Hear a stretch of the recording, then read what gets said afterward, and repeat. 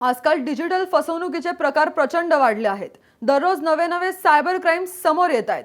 कधी बँक खात्यातून पैसे गायब तर कधी ओटीपी फसवणूक।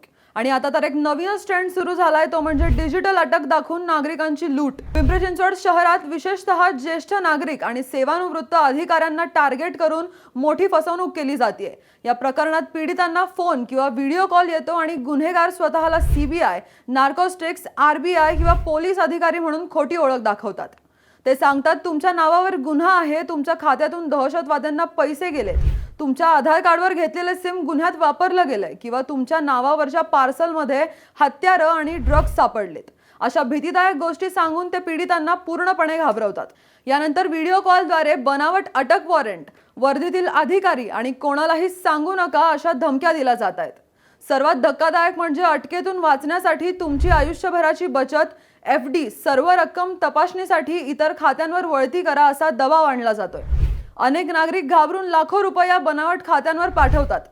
सायबर पोलिसांनी स्पष्ट इशारा दिला आहे की सीबीआय, आरबीआय किंवा पोलीस कधीही व्हिडिओ कॉलद्वारे तपास करत नाहीत आणि अटक दाखवतही नाहीत। अशा कोणत्याही कॉल, मेसेज किंवा दुव्यावर विश्वास ठेवू नका।